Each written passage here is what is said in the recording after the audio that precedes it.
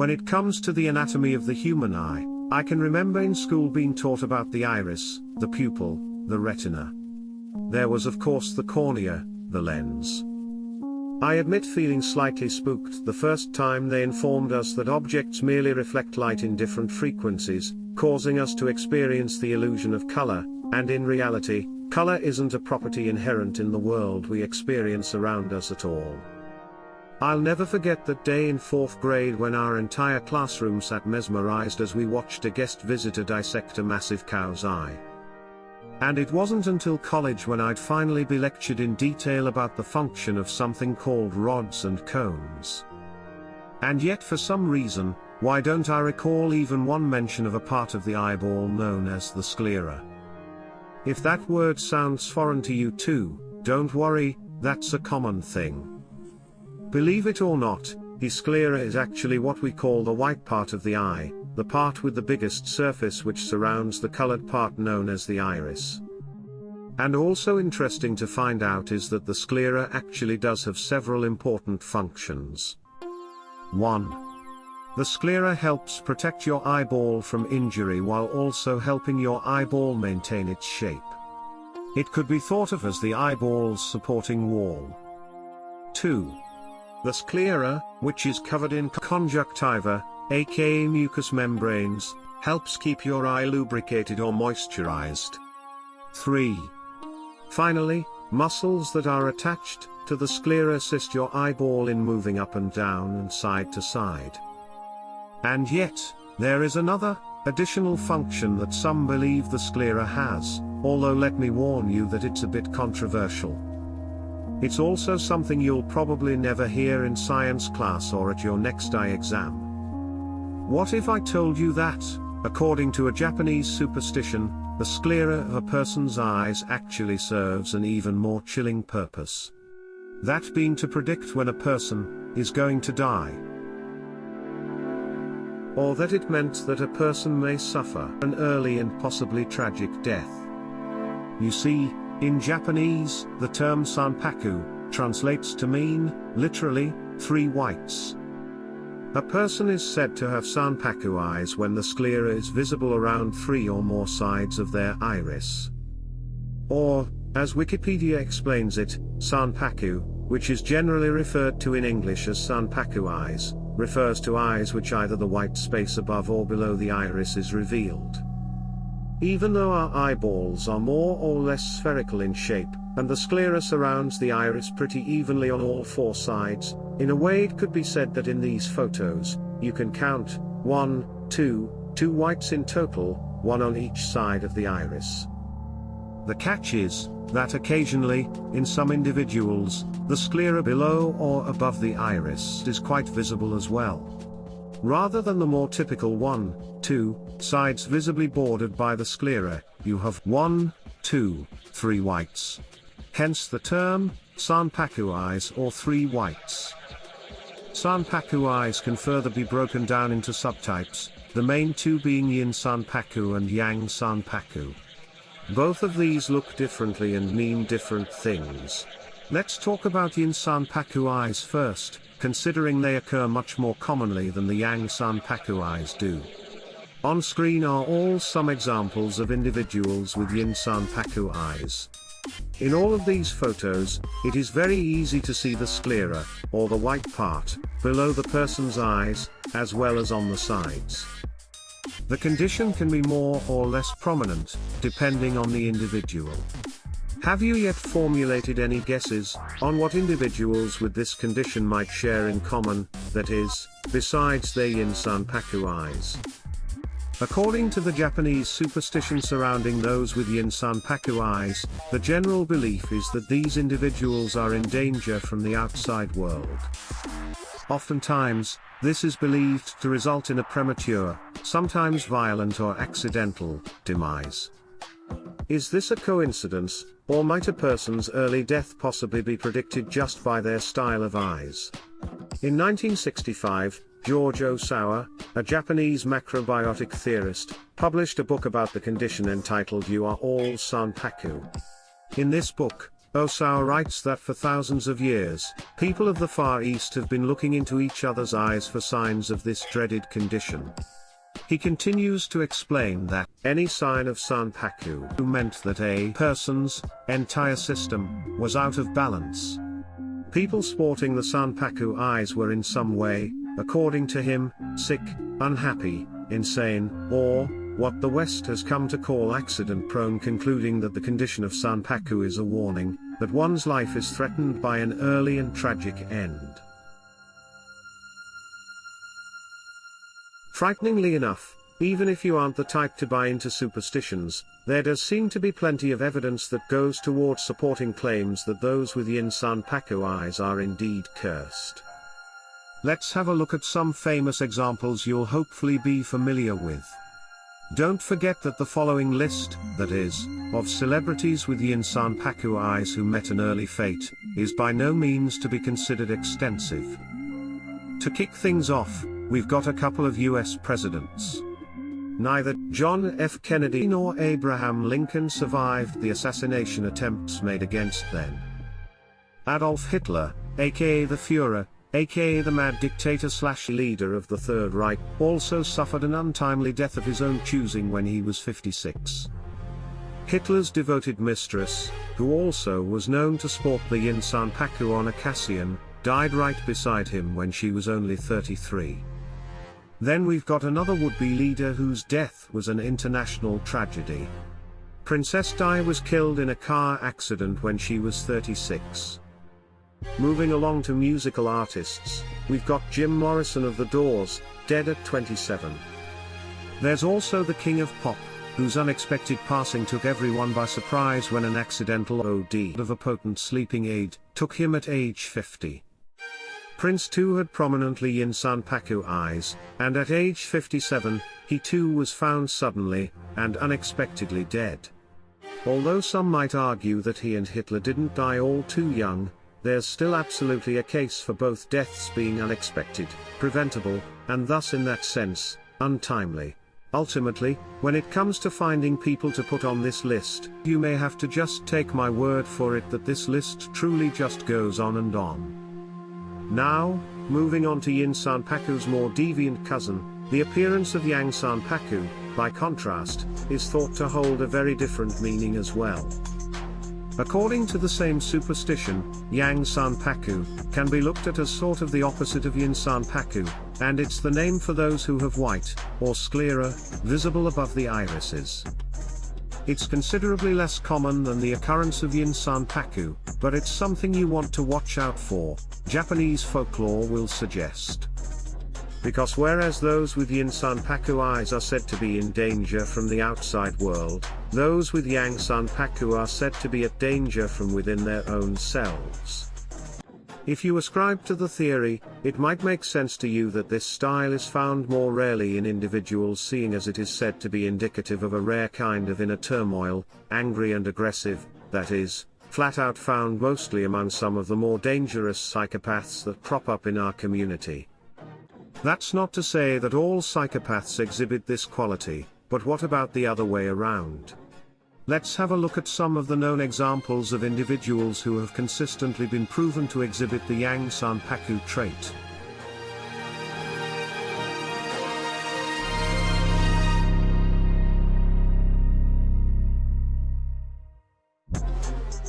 One popular example is that of Charles Manson, world-renowned cult leader and, some would say, serial killer, although the precise term is debatable.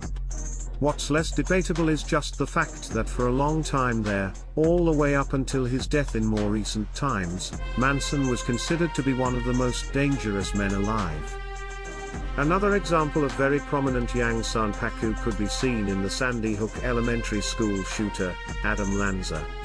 Another school shooter picturing maniacal-looking yang Sanpaku is Eric Harris, known best for his role in the Columbine massacre. You can also see the condition is readily apparent in James Holmes, who shot up the Aurora movie theater at the Batman movie premiere in 2012. Another dangerous individual to be afflicted with the yang Sanpaku eyes was the prostitute-turned-female serial killer Eileen Wuornos. And for our final example, we've got none other than Marshall Applewhite, who, for those who weren't around, was the leader of the Heaven's Gate suicide cult consisting of 39 people total who decided to exit their earthly vehicles back in 1997. Last but not least, you may have noticed some extremely rare cases in which the white around the iris is revealed completely on all sides. This is as rare as it is for a reason. An individual who shows whites around the entirety of their iris can be experiencing a number of highly intense emotions.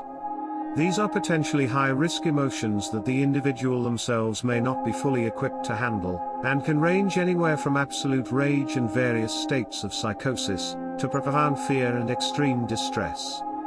This look is reserved for those rare instances, as we can see evidenced in the case of this young boy, 3-year-old Riker Webb, who went missing for 2 days after family members say he wandered away from their property back in June of 2022. Miraculously, the little boy was discovered alive and purportedly well after 2 days of toughing it out in the Troy, Montana wilderness. He had taken refuge inside a shed and would soon return to normal, but when this photo was initially circulated, it stirred quite a bit of concern, for what I presume are obvious reasons. As the young lad's expression clearly indicates, especially when compared side by side with a baseline image of the same boy, his experience was not without acute psychological repercussions.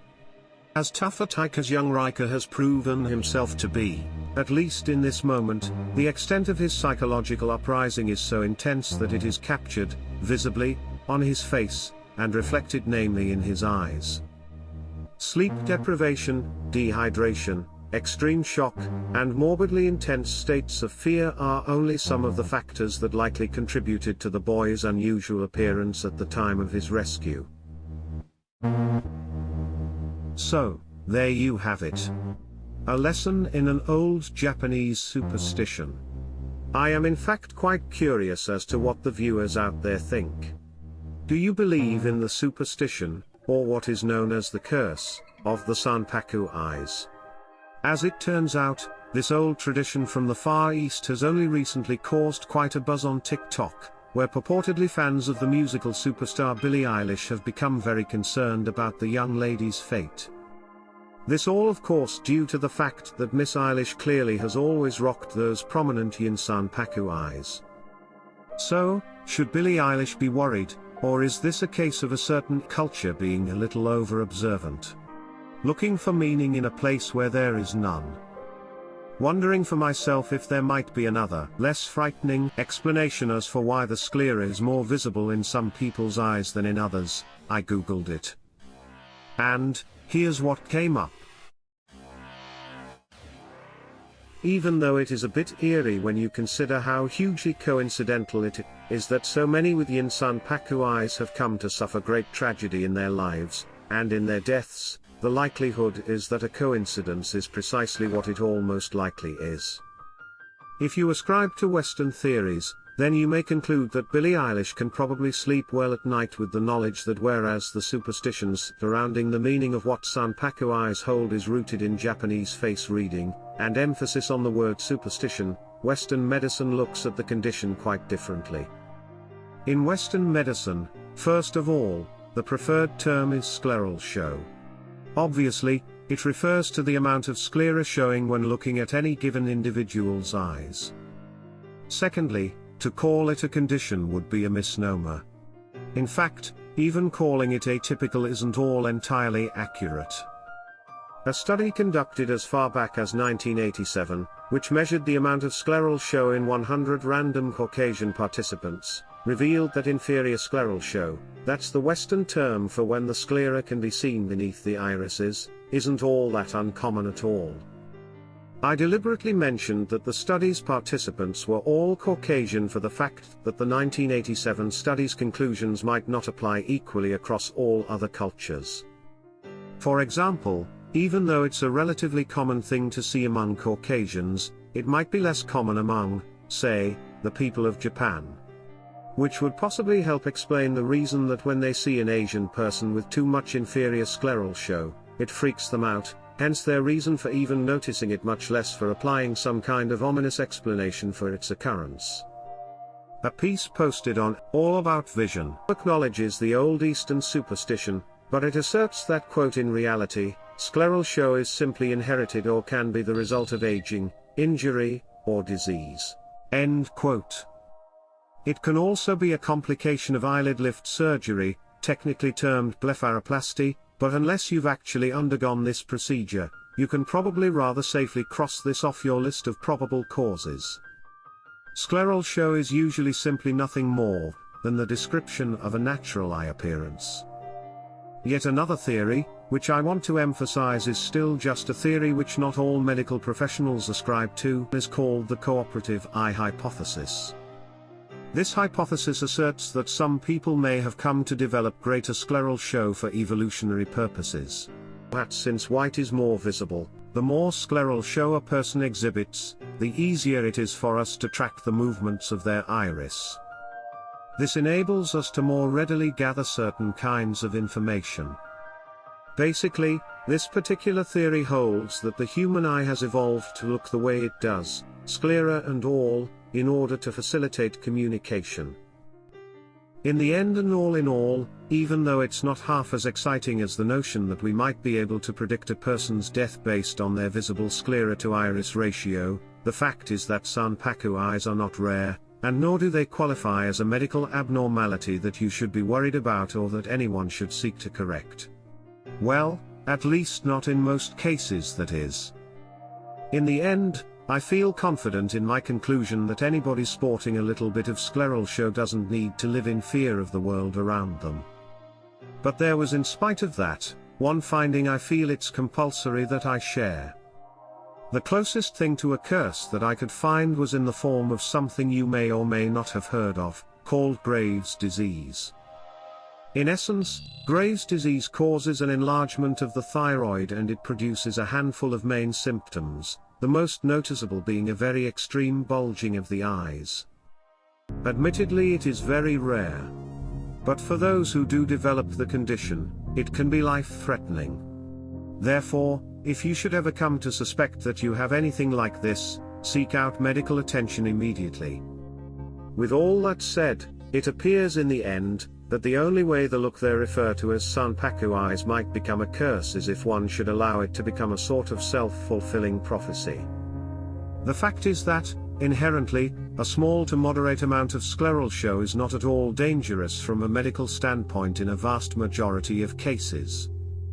As concludes All About Vision, scleral show is in most cases an anatomical condition that can occur due to heredity, hormones, trauma or aging as the bones shift and change shape.